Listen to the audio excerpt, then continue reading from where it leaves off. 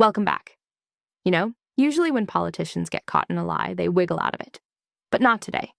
In this absolutely explosive clip, Senator Josh Hawley confronts Minnesota Attorney General Keith Ellison, a former DNC deputy chair, by the way, with hard evidence that he intervened to help the criminals behind the massive $250 million Feeding Our Future fraud scandal. And Hawley doesn't just have questions, he has the transcripts. Watch as Hawley reads Ellison's own words back to him from a secret recording, and watch Ellison completely melt down when the cash bribes are revealed. This is what accountability looks like. Subscribe to my channel and let's watch. Thank you very much, Mr. Chairman. Mr. Ellison, let me start with you. You're the Attorney General of the state of Minnesota. Do I have that correct? That's a yes? Sir, you're aware of my job. You know the answer to that. You're not going to answer my questions? Are we going to start this way? Are you the Attorney General of the state of Minnesota, yes or no? You know the answer. Mr. Ellison, you're in my courtroom now. You're under oath. So I suggest that you answer my questions. You the Chief Law Enforcement Officer of the state of Minnesota, yes or no?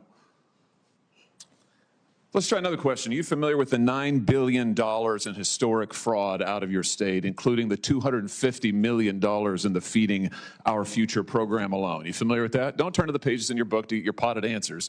Are you familiar with it? Yes or no? Yes, I am familiar with it. Very familiar, aren't you? Because the people who ran the Feeding Our Futures program came to you in your official office in the state capitol December 11th, 2021, and asked for your help in getting investigators off their backs. They complained to you for upwards of an hour about state investigators going after them, and they begged you to help them, and you agreed to it, amazingly. And we know you did. That's not because true. It's all caught on tape. Yeah, Every single sentence is caught on tape. Here's what you said. Let's take a look. Obviously, You said, it's not a question. You said to them, send me the names of all these folks who are investigating them. You said to them, send me their names. And I'll take that list, and I'll call the person over at Education who was investigating them and say, what's going on? Why am I getting these complaints? Then you went on to say, I already have my team working on this. What day should we get together to discuss it again? You made pledge after pledge to them. You said, we've got to make sure this guy who's investigating them stops it. You said, you have my attention. I'm concerned about this. You said, let's go fight these people, meaning the people who were investigating the fraud. Why'd you do it? Why'd you help them? Are you going to let me answer? Please, we're all ears. Let's go fight these people. Did you catch that? He wasn't talking about fighting the criminals stealing $250 million meant for hungry kids. No, Keith Ellison, the chief law enforcement officer of the state, was caught on tape telling the fraudsters that he would help them fight the investigators. It is absolutely mind-blowing corruption. Imagine if the police chief told the bank robbers, don't worry, I'll get those pesky detectives off your back. That is exactly what Hawley is exposing here. Ellison tries to play the victim, saying he's being interrupted. But notice he doesn't deny the quote. He can't. It's on tape. He sided with the scammers against his own state's investigators. Well, first of all, you're cherry-picking quotes out of there. Why did you help him? I thought you were going to let me answer. Why did you help him? Are you going to let me answer? Why did you help him? You let me answer, and I'll answer you. Tell the truth, and I'll let you answer. I will tell the truth. Good. Let's do that. That'd be a nice change. Why'd you help him? No, now see, Mr. Chairman, I didn't come here to be insulted. I came here voluntarily. You came here for the truth. Let's have it. Why did you help him? The quotes are here. They're in black and white, and every member of this audience can listen to the recording. It's 54 minutes long. It's all in public. You can Google it right now and listen to it. And listen to it all. Why'd you help them? First of all, I didn't help them. You did help them. No, I did not. I certainly didn't. You're saying you didn't do anything for them. You didn't. Well, wait a minute. I already have my team working on this again. That's not you? I have my team assisted with the information that led to the prosecution and conviction of these people. No, you didn't. You didn't lift a finger to prosecute them. No, you did not. You didn't lift a finger to prosecute them. Federal prosecution. You had, BS. You had whistleblowers come to you as early as 2019. You're the one talking BS. Hey, listen, it's my time. Doesn't know what you're talking about, sir. No, sir. You now have encountered the truth and you don't like it. Why'd you take their money? Why'd you take their money? I didn't. You took No, that's a false statement. $10,000. No, that's a false statement. $10,000 9 days after the meeting. False statement. You took $10,000. Here's what happened. They went to your office. They solicited money from you. They solicited help from you. That's also wrong. They came to your office. It was your official office. You met with them for 54 minutes. No, they didn't. asked you for help. You pledged it to them, and they talked repeatedly about money. In fact, it's all they talked about. That's a lie. Money, money, money, money. They said, we will put our dollars in the right place. We will support candidates that will fight to protect our interests. You replied, that's right. They said, if you are secure in your donor base and secure in your power base, you can act the way you want. You replied, money is freedom. They said the amount of money circulating, I'm reading the transcript, the amount of money circulating in our community today is powerful, and we haven't realizing it in a meaningful way. And you said, give me the specifics. And 9 days later, you took $10,000 from people who were then indicted. It's in your reports. Why'd you do it? Sir, was it worth it?